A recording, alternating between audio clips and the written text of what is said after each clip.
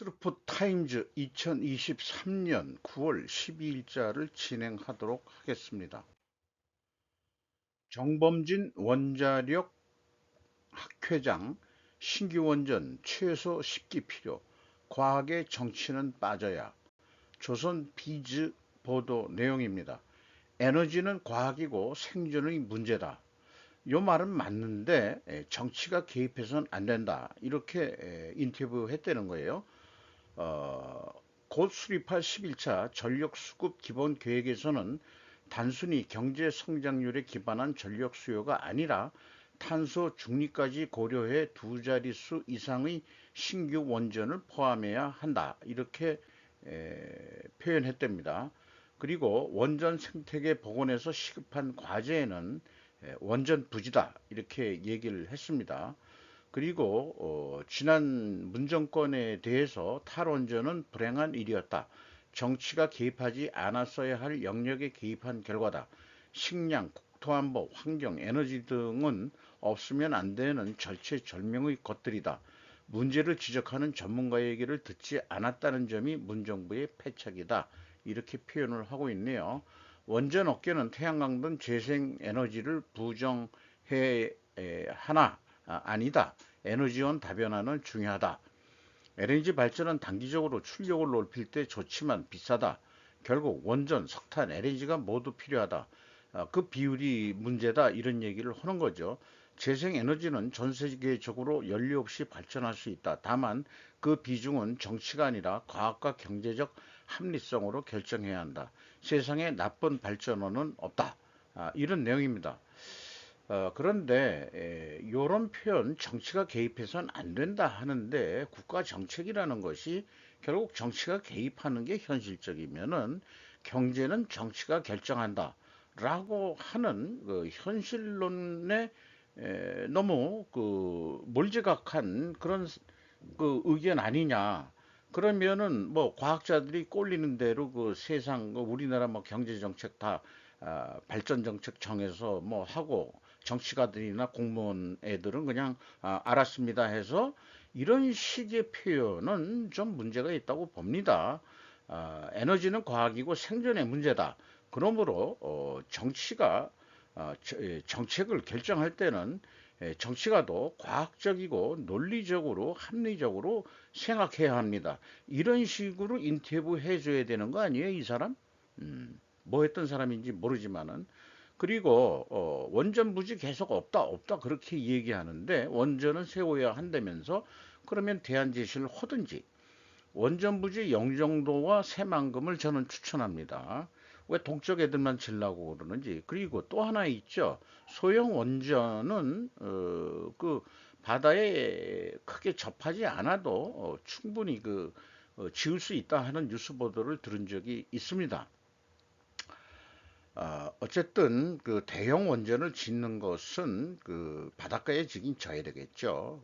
그래서 저는 그동안에 제가 알기로는 다 그 원자력 발전이 그 동쪽으로 좀 많이 우리나라는 몰려 있는데 뭐 여러 가지 지리적 여건 뭐 등등 해서 다 했겠지만 저는 서쪽을 추천하는 바입니다. 갑작스런 인도주도 G20 정상선언 장난하나 일 당황했다. 중앙일보 보도 내용인데요. 인도 뉴델리에서 열린 주요 20개국 G20 정상회의 첫날인 9일 인도 주도로 갑작스럽게 공동선언문이 채택되면서 일본을 비롯한 참가국 관계자들이 당황해 대응을 서둘러야 했다고 일본 마이니치 신문이 11일 보도했다. 이번 공동선언문 채택으로 의장국 인도의 능숙한 외교 전략과 글로벌 사우스 국가들의 높아진 위상이 확인됐다고 일본 언론들은 해석했다. 이런 얘기예요. 그래서 이 그 정상선언에서 러시아는 즉각 환영했다. 이런 얘기를 했고, 그 다음에 이제 뭐 여기 쭉 그 이 표시가 되어 있습니다만은 그 러시아의 우크라이나 침공과 관련된 것은 우려스러워할 것이 아무것도 없다고 좀 비판했다. 이렇게 그 얘기를 했습니다. 우크라이나 외교부 대변인은.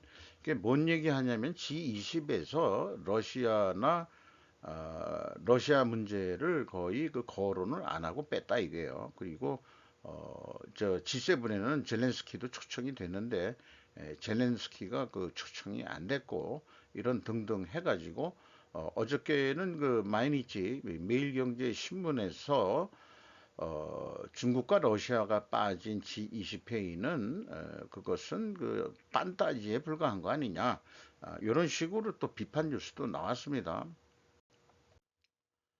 뉴욕시 엄중한 경고에도 불구하고 불법 이민자 메가잭들은 계속된다. 에포크 타임즈의 그 실시간 뉴스를 캡처를 했습니다. 뉴욕시는 불법 이민자 위기를 해결하기 위한 새로운 해결책을 생각해냈습니다. 그것은 거대한 프로젝트를 건설하고 그들을 그 안에서 무료로 살게 하는 것입니다. 이 거대한 이민자 캠프의 새로운 장소는 롱아일랜드 시티의 빈 사무실 건물이 될 것입니다. 라는 내용입니다. 불법 이민자들이 계속 들어오는데도 쫓아내지 않고 결국 어떻게 보면은 저렴한 인건비로 노동력을 살 수 있다는 장점도 뭐 배경에는 있는 것 같아요. 미국이 산업 발전을 선진 산업을 또 좀 발전시키려고 그러고 또 불법 이민자나 이런 사람들은 서비스 업종이나 그 하급, 그 저임금 이런 노동 등에 또 필요할 것이기도 하겠고요. 어쨌든 아메리칸 드림은 계속되는 모양입니다. 두 번째 큰 뉴스로는 세계 경제 포럼의 그 크라우드 그 슈밥 이 사람이 연설을 한 게 있는데 지난 11월이라고 이게 어떻게 잘못된 건지 인도네시아에서 열린 B20 B20 이런 게 또 있나요? 정상회의에서 슈밥은 미래 경제 성장을 위해 혁신의 힘을 활용할 것에 대해서 이야기했다. 도대체 이게 혁신의 힘이라는 게 뭔지 잘 모르겠어요. 이 슈밥은 그 세계경제 포럼 조직 자신의 조직들이 세계의 경제적 미래를 어떻게 형성해야 하는지에 대한 자신의 의도를 거듭 강조했다. 이게 추상적인 얘기를 했는데 세계 경제 포럼을 연 슈밥이 제4차 산업혁명을 얘기를 했던 거죠. 좀 뭐 너무 추상적인 얘기를 해서 감이 좀 잘 안 옵니다. 그리고 세 번째 큰 뉴스는 도널드 트럼프 전 대통령이 기소됐다 뭐 이런 여러 가지 얘기하는데 그 관심은 트럼프 대통령에 대한 범죄 수사를 진행하고 있는 잭 스미스 특별검사에게 쏠리고 있다. 뭐 이런 얘기네요. 이대로 간다면 3년 뒤 주택시장에 벌어질 일이라고 마치 예언적인 기사 제목이 나왔습니다. 네이버 포스트 데이트 저스트라고도 돼 있고 뭐 부동산 요지경 뭐 이런 식으로 얘기했는데 정순우 그다음에 박유연 에디터 개권 에디터 뭐 이런 사람이 쓴 거로 되어 있습니다. 주택 착공이 급감됐다. 그 급감됐기 때문에 3, 4년 뒤 주택 공급 바로미터다. 이렇게 얘기하고 국토교통부에 따르면은 1월에서 7월까지 전국 주택 인허가 물량이 20만 7,278가구로 작년 동기 대비 29.9% 감소했다. 약 30%가 감소했다는 얘기입니다. 특히 서울 인허가는 2만 8,200가구로 전년 같은 기간에 비해 34.3%가 줄었다. 서울 지역의 그 건축 인허가 물량이 더 줄었다. 이런 얘기네요. 인허가는 토지 확보가 끝난 사업장에서 주택 공급을 위해 진행하는 마지막 행정 절차다. 인허가 이후 시행사와 건설사들이 착공, 분양, 입주 등을 진행하는데 완료되기까지 4년 안팎으로 걸린다. 그래서 착공과 분양 실적이 더 크게 지금 현재 줄고 있다는 얘기고 3년 내지 5년 후 집값 우려한다. 그게 공급이 부족하니까 뭐 상승되는 거 아니냐. 이제 이런 취지로 어, 그 말하자면은 이 보도를 한 건데요. 주택 공급이 부진한 것은 치솟는 공사비와 높은 PF 프로젝트 파이낸싱 대출 금리 때문에 건설사들이 몸을 사리고 있기 때문으로 해석된다고 그렇게 소개를 하고 있습니다. 지금처럼 수요가 회복되는 상황에서 요거는 제가 좀 물음표가 돼요. 의문이 들어가요.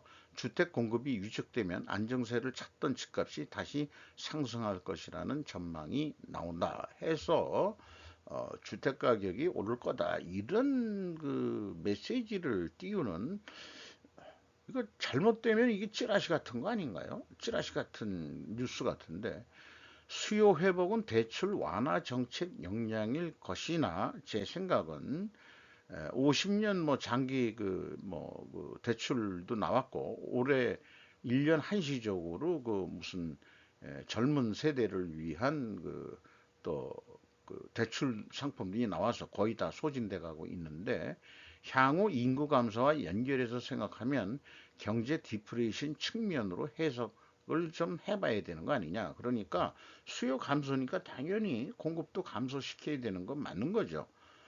저는 그렇게 생각을 합니다. 그리고 또한 우리나라가 개나 소나 전 국민 부동산 투기 투자를 안 하면 그 병신되니까, 남들 다 하는데 자기 안 하면 바보같이 될 것 같으니까, 그래서 전에도 한번 표현했습니다만은, 극장인데 문이 하나밖에 없는 극장을 한번 비유를 해서 말씀드리겠어요. 그 극장 안에서 화재가 나면은 다들 그 빠져나가야 되는데, 그 극장 안이 부동산 시장이라고 한다면은 거기 대거 몰려가지고 떻게 되겠습니까? 상황이 대부분 그 안에서 질식사나 죽겠죠. 이렇게 될 확률이 저는 높다고 비유를 해보고 싶네요.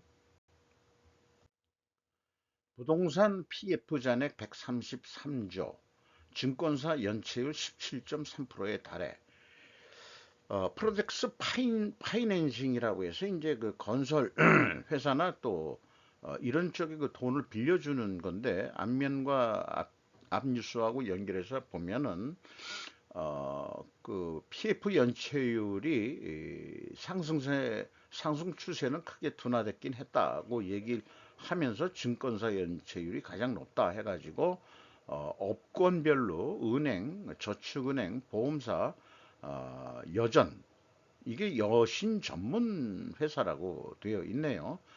상호신용금고 이렇게 해가지고 어, 연체율이 좀 높아지고 있다. 금융권의 부동산 프로젝트 파이낸싱 대출 잔액이 올해 상반기 133조 원을 넘어선 것으로 나타났다. 대부분 업권에서 PF 연체율을 증가하고 있는 가운데 증권사의 경우 연체율이 약 17.3%에 달했다라고 얘기하고 있고요.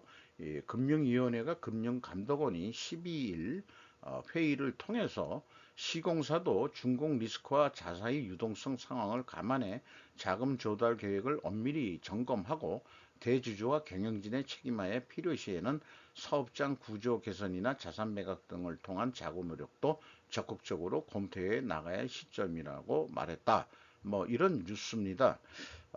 폐업을 하는 그 건설 업체들이 전국적으로 많이 있다는데, 저는 자연스러운 현상이라고 봅니다. 부동산 호경기 때 건설사들 또 수요가 많으니까 공급도 늘어나고 하는 거지만은 지금 수요가 줄고 있다, 이렇게 봅니다. 디프레이션 경제다, 시작을 했다 한국이. 저는 그렇게 보고 있는 거죠. 그러니까 이 대출이 의외로 많아가지고 전 국민 그 가계부채도 너무 많다는 얘기 아니에요. 참 우려스럽습니다. 일본처럼 잃어버린 30년에 부동산 버블이 꺼지듯이 그렇게 갑자기 어느 날 서서히 연착륙을 해야 되는데 경착륙을 해버리면은 뭐 중국과 같은 꼴이 나지 않겠냐, 이런 생각을 해보게 되네요. 리비아 대홍수 최소 2,000명 사망, 계속 그 사망자가 늘어나고 있다고 합니다. 5,000명이 실종이 됐다. 그러면은 합쳐서 한 7,000명. 이게 계속 더 늘어날 거라는 얘기죠. 뉴스 원에서 보도한 내용인데요. 월스트리트 저널지와 AP통신을 인용을 했습니다. 태풍 데니얼이 강타해서 동부 해안 도시 데르나 취약 피해, 탈출 못한 주민들 차, 지붕서 전류, 국제적 지원 시급하다. 태풍 데니얼이 그 10일 오후 리비아 동부 지역을 강타했는데 대부분의 피해 지역은 해안 도시인 데르나에 집중됐다고 합니다. 이 데르나라는 곳이 문제가 뭐 그 이 지역 이 책임자의 그 시민이 표현하기로는 시 전체가 바닷속으로 사라졌다 이렇게 표현을 했는데 데르나는 한때 이슬람 국가 극단주의 문제 문제체에 의해 통제됐지만 현재는 리비아 동부를 장악하고 있는 러시아 지원 민병대 지도자 칼리파 하프타르 지휘 아래 있다. 아직 리비아가 이 전국이 안정이 안 된 것 같아요. 내전도 있었다고 하고 있고, 그리고 독일 싱크탱크인 유럽 외교 협의회 ECFR이라고 표현하고 있네요. 타렉 메그리시 선임 연구원은 이번 재앙은 엘리트들이 권력을 위해 경쟁하고 실제 통치에는 전혀 관심이 없는 리비아의 현재 정치 시스템의 문제를 드러냈다면서 이런 위기의 결과는 통치 실패로 인해 된다고 우려를 했답니다. 정치가 참 안정돼야 된다 하는 면을 또 얘기하는 거고요. 자연재해라고 하지만은 거기에다가 인재까지 플러스 되면은 그 파급 효과가 너무 또 커진다 하는 그런 것도 있네요. 이런 것들이 이 폭풍, 이 홍수 이런 거보다도 또 지진에도 많은 이제 이렇게 왜 극단적인 어떤 그 자연 현상들이 계속 터지고 있습니다. 요즘 세계 지구가 몸살을 앓고 있는데 모로코 르뽀라고 해서 동아일보 특파원이 보도를 한 건데요. 40시간 지나도 구조대 안와 구급차 없이 오토바이로 환자 이송. 아무도 우리를 구하러 오지 않는다. 모로코 통곡의 땅, 강진 덮친 마라케시엔 먼지 가득, 산사태로 고립된 산악지대 마을, 도움 절실한데 정부 구조대 없어. 2,497명이 숨진 가운데 생존자를 구할 수 있는 72시간의 골든타임이 끝나가지만 구제의 손길은 거의 닿지 않는다. 구조대가 오더라도 거의 손을 댈 수 없을 정도라고 합니다. 지진 발생 직후 프랑스, 미국, 이스라엘, 대만, 알제리 등 여러 국가가 지원 의사를 밝혔지만 모로코 정부는 구조 작업에 혼선이 생길 수 있다며 소극적 태도를 보이고 있다. 이 정도 도와주겠다고 하면은 글쎄 들어오세요 라고 해야 되는 거 아니냐. 그런데 모로코가 또 어떤 성격의 나라인지 뭐 물론 이슬람이겠죠. 현재 우호국인 스페인, 카타르, 영국, 아랍에미리트 등 4개국의 지원 제안만 받아들이고 있다. 모로코하고 스페인하고 친하고 카타르하고 친하고 영국하고 친하고 아랍에미리트하고 친하다. 아프리카 북서부에 있는 나라로 되어 있죠. 이 지중해 들어가는 거의 관문 같은 지형인데 고대 사적으로도 상당히 이 북아프리카 문명은 많이 발전돼 있던 그런 지역이었죠. 대부분 그쪽 사람들을 뭐 베두인족 뭐 이런 식으로 좀 얘기를 했습니다만은 로마 시대 때부터 한니발 뭐 이런 얘기까지 보면은 저건 그런 지역이 고대 로마 시대 때에도 흥성했던 그런 지역으로 그렇게 상식적으로 가지고 머릿속에 기억은 가지고 있습니다. 장기금리 0.720%로 상승 9년 8개월 만에 고수준 도쿄 채권 시장 했는데 일본이 거의 제로 금리였는데 슬슬 이 채권이 올라가면은 금리도 결국은 인상하지 않겠냐 하는 생각으로 들립니다. 일본은행의 우에다 가치오 총재가 9일 일부 보도에서 조기 마이너스 금리 해제 가능성을 나타내면서 국채를 파는 움직임이 높아지는 금리 상승의 탄력을 받고 있다. 이렇게 소개를 하고 있습니다. 성격이 약간 다르지만은 아까 G20 후유증 같은 끝나고서 여러 견해들이 지금 나오는 뉴스들이 나오고 있는데요. 마치 서양 빠시리 일본의 외교 여러의 말 G20 중인 임 장관이 우크라이나 방문에 숨은 뜻 해가지고 가메야마 요치 저술가고 전직 외교관인 사람이 동양경제 온라인에 기고한 내용입니다. G20의 타이밍으로 방문한 이후 이번 G20에 우크라이나가 초청되지 않았고 또 G20은 그 브릭스 이런 국가들이 들어가 있기 때문에 서방 성향이 강한 G7과는 색깔이 다르다. 우리는 G8에 해야 된다. 한국이 거기 들어가야 된다고 주장하지만은 이 시점에 일본이 그 G7의 의장국을 했었죠. 올해 그 역할을 담당할 수밖에 없었던 것 아니냐. 그러니까 좀 이렇게 다독여 주려고 그 하야시 외상이 우크라이나를 그 G20 정상회의 중에 갔던 모양입니다. 미국을 추종한 꼴 아니냐 이렇게 이제 얘기를 하고 있는 거고요.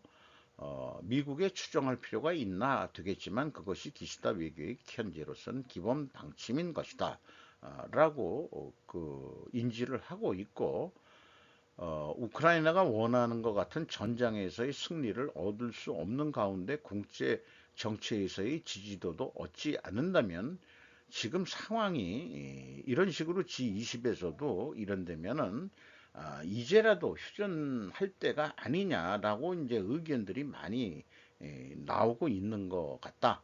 이런 얘기예요. 영향력을 제기하고 있는 G20. 왜냐? G20의 GDP는 EU를 제외하고는 세계의 약 8할을 차지하고 G7의 2배에 가깝다. 그러니까 이 G20의 의견이 무시될 수가 없다. 그런데 일본은 자관 2차 대전의 무조건 항복 이후에 한국, 대만, 필리핀과 함께 미국의 극동 정책의 전초 기지로 떠올랐다. 즉 중로를 대륙에 가둬놓기 위한 방파제다. 일본은 한국을 위한 방파제고 또 한국은 바로 그 북한 경계선 그러니까 북중로 이렇게 얘기하는데 중로를 대륙에 가둬놓기 위한 방패자인데 자관 한반도가 완전히 그 세계적인 그 향후의 핵심적인 장소가 되지 않겠냐 그런 생각을 해 봅니다.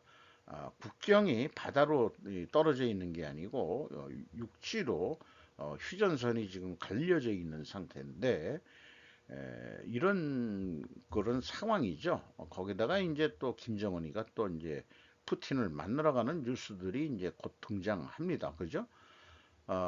일본 정부는 G7 외에도 수많은 나라가 있으니까 각각의 입장이 있다는 당연한 것에 눈을 돌리면서 다양한 의견에 귀를 기울이고 이 사정이 긴 그런 시각으로 그 정책을 추진하기 바란다라는 어떤 기대를 하고 있는 것 같아요.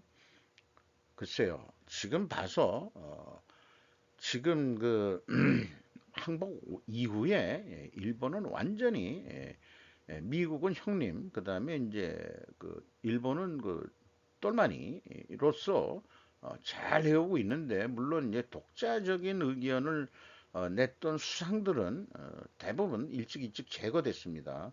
그게 일본의 그 정치 역사입니다. 그 2차 대전 이후에 미국의 뭔가 좀 미국이 싫어하고 반하는 정책을 내세우면은 그 수상의 그 수명이 오래 못 갔다 하는 게 역사적 사실로 나와 있죠. 한국은 어떤가 모르겠네. 박근혜 언니 그 탄핵된 거 그것도 그런 상황으로 비유를 해보면은 이해가 좀 될 것 같습니다. 일 언론 김정은 러시아 하산역 도착 환영식도 열려 위키리크스 보도 내용입니다. 일본 민영방송 TBS가 주도하는 재팬 뉴스 네트워크 JNN은 12일 오전 김정은 북한 국무위원장이 북한 러시아 접경 지역에 있는 하산역에 도착했다고 러시아 지역 당국자들이 인용 보도했다. 최선의 외무상과 리병철 당 중앙군사위원회 부위원장 박정천 당 군정지도부장, 오수영, 박태성 당 비서가 러시아 방문길에 동행한 것으로 확인됐다. 이런 얘기예요. 이게 아주 방탄열차라고 유명한 그 열차라고 되어 있는데, 떠나기 전에 열병식까지 거행을 하고 그 다음에 이제 기차에 오르는 모습인 것 같습니다. 환영식이 열려 있는 이 사진은 아닌 거로 보입니다. 크렘린, 푸틴 밤늦게까지 EEF 일정, 김정은 회담 13일 날 유력하다. 내일이네요. EEF는 동방경제포럼의 약자로 돼 있습니다. 그러니까 오늘 밤까지 동방경제포럼 일정을 다 소화를 하고 매우 긴 연설을 한다고 그러는데, 뭐 그런 거를 누가 소개할지 어떨지 모르겠는데, 우리나라 언론에서는 얼마나 그 동방경제포럼에 대한 뉴스를 인용 보도할지 모르겠습니다. 잘 안 하죠. 크렘린 북러 정상회담 장소 극동지역 밝혀, 김정일 고향 우수 리스크 가능성, 열차 이동 중, 이런 얘기입니다. 타스 통신에 따르면 드미트리 페스코프 크렘린 궁 대변인은 이날 푸틴 대통령의 동방경제 포럼 일정이 밤늦게까지 지속될 것이라고 예상된다. 그러면은 13일 날 어디선가 열릴 건데, 이게 이제 다 좀 구체적으로 어딘지 열리게 되면은 그때 가서 이제 취재가 될 것 같은 그런 생각이 드네요. 또 내일 뉴스에 어떤 그 어, 북러 회담이 어떤 내용이 나올지 매우 궁금합니다. 어, 이런 얘기도 있죠. 북한이 러시아의 무기를 판다면은 한국도 우크라이나의 무기를 팔 수 있다. 그러면은 에, 외국에서 남북한이 붙는 거예요. 그죠? 네, 이렇게 될 것 같네요. 네, 이상 마치도록 하겠습니다.